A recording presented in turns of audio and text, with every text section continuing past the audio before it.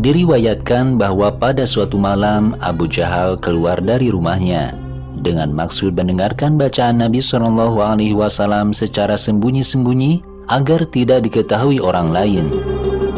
Umumnya, kaum musyrik Quraisy tahu bahwa Nabi SAW biasa mengerjakan sholat hingga larut malam dengan membaca ayat-ayat Al-Quran yang diturunkan kepada beliau.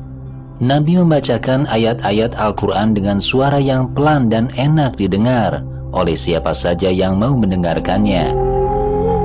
Malam itu, Abu Sufyan bin Harb dan Akhnas bin Syuraik tanpa diketahui siapapun keluar juga dari rumahnya masing-masing dengan tujuan yang sama, tanpa diketahui keberadaan mereka masing-masing karena tidak ada kesepakatan sebelumnya. Mereka datang ke tempat Nabi SAW berada, di mana beliau biasa beribadah dan membaca ayat suci hingga larut malam secara sembunyi-sembunyi. Nabi sendiri tidak mengetahui bahwa seseorang telah datang untuk mendengarkan bacaannya. Mereka masing-masing duduk terpaku di sisi rumah Nabi SAW sambil mendengarkan ayat-ayat suci yang dibacakan Nabi dalam sholatnya dengan tenang dan asyik sampai hampir waktu fajar. Setelah fajar menyingsing, mereka kembali ke rumah melalui jalan yang berbeda. Namun tiba-tiba mereka bertemu di tengah jalan yang akan menuju ke satu jalan dan mereka akhirnya berjalan bersama. Mereka saling bertanya dari mana mereka berasal dan apa tujuan mereka datang ke rumah Nabi. Masing-masing juga menjelaskan kedatangan dan keperluannya. Khawatir tindakan mereka akan didengar dan diketahui oleh para pemuda Quraisy. Mereka berjanji bahwa lain waktu mereka tidak akan lagi mendengarkan bacaan Nabi secara sembunyi-sembunyi. Namun pada malam kedua, mereka datang lagi ke tempat Nabi SAW karena masing-masing mengira temannya yang datang kemarin itu tidak akan datang lagi. Di pagi hari, tanpa diduga mereka bertemu lagi di tengah jalan. Mereka berjanji tidak akan mengulanginya lagi di lain waktu karena takut tindakan mereka didengar dan diketahui oleh para pemuda Quraisy. Mereka khawatir pada akhirnya tindakan mereka akan membawa konsekuensi yang tidak diinginkan. Pada malam ketiga, tanpa sepengetahuan mereka masing-masing, mereka datang lagi seperti yang terjadi pada 2 malam sebelumnya. Setelah mereka masing-masing bertemu, mereka mengadakan perjanjian satu sama lain. Mereka berjanji tidak akan mengulanginya lagi karena sangat berbahaya bagi diri mereka sendiri. Namun setelah fajar dan matahari hampir bersinar, Akhnas bin Syuraik mengambil tongkatnya dan datang ke rumah Abu Sufyan. Setelah bertemu, Akhnas berkata kepada Abu Sufyan, "Katakan padaku, hai Abu Handolah, tentang pendapat engkau, apa yang telah engkau dengar dari Muhammad?" Abu Sufyan berkata jujur, "Sesungguhnya wahai Abu Tha'labah, saya telah mendengar beberapa hal dari Muhammad yang saya tahu artinya, dan saya juga mendengar beberapa hal yang saya tidak tahu arti dan maksudnya." Akhnas bin Syuraik berkata, "Demi seperti sumpahmu, saya punya pendapat yang sama." Kemudian Akhnas meninggalkan rumah Abu Sufyan dan melanjutkan perjalanan ke rumah Abu Jahal. Setelah masuk dan menemukan Abu Jahal di rumahnya, dia bertanya kepada Abu Jahal, "Wahai Abu Hakam, apa pendapatmu tentang apa yang telah engkau dengar dari Muhammad?" Abu Jahal terdiam mendengar pertanyaan ini. Dia kembali bertanya kepada Akhnas, "Apa yang kau dengar?" Demikian kata Abu Jahal. Kemudian Abu Jahal mengatakan yang bukan-bukan, tidak sesuai dengan apa yang diminta Akhnas. Dan akhirnya dia berkata, "Demi Tuhan, saya tahu bahwa dia Muhammad adalah orang yang benar, tetapi betapa beratnya bagi kami untuk menjadi keturunan Abdul Manaf." Maka Akhnas berdiri dan meninggalkan rumah Abu Jahal. Begitulah sikap sebagian kaum musyrik Quraisy ketika mendengar ayat-ayat Al-Quran yang dibacakan oleh Nabi. Dari riwayat ini, kita dapat menarik kesimpulan bahwa di antara para pemuka musyrik Quraisy banyak yang bertanya dalam hati, apakah benar Muhammad adalah pembawa agama yang benar? Dan sesungguhnya apa saja ayat yang dibacanya? Bahkan menurut riwayat, Abu Jahal sendiri pernah berkata kepada Nabi SAW, "Sesungguhnya kami tidak mendustaimu Muhammad, tetapi kami tidak ridho dengan apa yang telah engkau bawa." Menurut sebuah riwayat, Allah menurunkan wahyu kepada Nabi. Karena mereka itu sebenarnya bukan mendustakan Muhammad, tetapi orang-orang yang zalim itu mengingkari ayat-ayat Allah. Para pemuka kaum musyrik Quraisy pada umumnya tidak mendustai Nabi. Mereka tidak pernah memberitahu Nabi SAW bahwa Nabi adalah pendusta, karena mereka tahu bahwa sejak kecil Nabi dikenal jujur. Hanya saja mereka membenci, membantah, dan mengingkari ayat-ayat Allah yang dibawa oleh Nabi.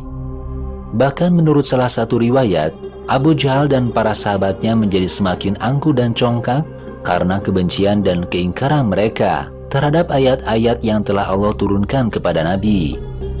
Karena kesombongan mereka, mereka mengucapkan kata-kata yang menentang Tuhan. Mereka berkata, "Ya Allah, jika yang didatangkan oleh Muhammad benar dan nyata dari sisi Tuhan, hujanilah kami dengan batu dari langit atau turunkan azab yang pedih atas bumi." Oleh karena mereka berkata demikian, Allah menurunkan wahyu kepada Nabi SAW. Dan ingatlah ketika mereka orang-orang musyrik berkata, "Ya Allah, jika betul Al-Quran ini dialah yang benar dari sisi Engkau, maka hujanilah kami dengan batu dari langit, atau datangkanlah kepada kami azab yang pedih." Dan Allah sekali-kali tidak akan mengazab mereka sedang kamu berada di antara mereka. Dan tidaklah pula Allah akan mengambil mereka sedang mereka minta ampun. Jika Nabi Muhammad SAW dan pengikutnya tidak berada di tengah-tengah mereka, maka Allah akan menurunkan azab sebagaimana yang mereka minta pada waktu itu. Namun karena Nabi Muhammad dan kaum muslimin yang berada di tengah-tengah mereka masih beribadah dan memohon ampun kepada Allah, Allah menahan hukuman yang mereka minta. Jika mereka tidak sombong dan angkuh, tentu bukan hukuman yang mereka minta, tetapi mereka pasti akan memohon, "Ya Tuhan, jika ayat-ayat yang dibawa Muhammad benar darimu, berilah kami petunjuk dan pimpinan yang benar."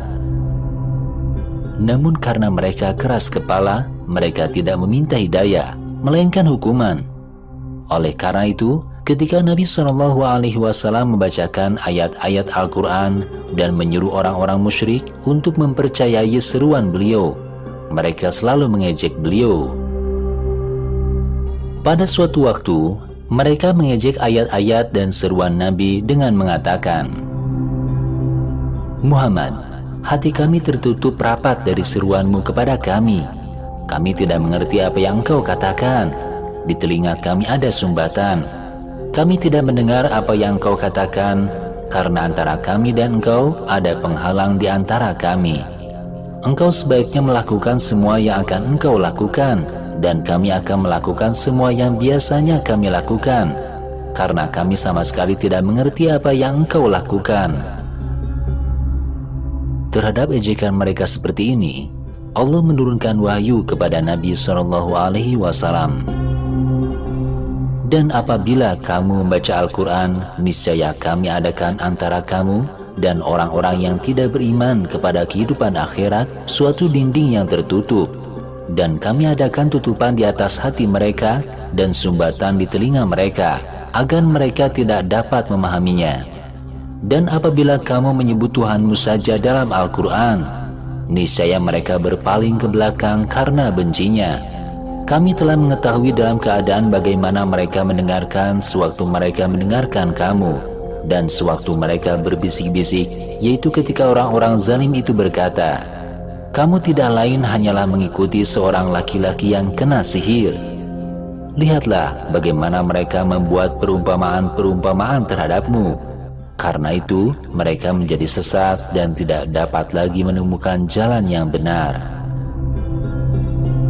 Menurut riwayat lain, ayat-ayat ini diturunkan sehubungan dengan tindakan para pemuka Quraisy yang mendengar ayat-ayat Al-Quran yang dibacakan Nabi SAW di malam hari, seperti yang telah dijelaskan. Ketika Nabi membacakan ayat-ayat Al-Quran, Allah menempatkan di antara Nabi dan orang-orang yang tidak mau beriman kepada akhirat sebuah selubung yang tertutup. Allah menutup hati mereka sehingga mereka tidak dapat memahami ayat-ayat Al-Quran. Ketika Nabi menyebut nama Allah dalam ayat-ayat Al-Quran, mereka segera berbalik. Allah mengetahui segala sesuatu yang mereka dengar dari bacaan ayat-ayat Al-Quran yang dibacakan Nabi. Allah mengetahui orang-orang yang zalim dengan mengatakan kepada orang-orang yang beriman kepada Nabi SAW, "Engkau hanya mengikuti seorang laki-laki yang terkena sihir." Perhatikan bagaimana mereka berani membuat beberapa perumpamaan atau perbandingan dengan Nabi dengan perbandingan yang jauh dari kebenaran. Mereka telah tersesat dan tidak akan menemukan jalan yang benar karenanya.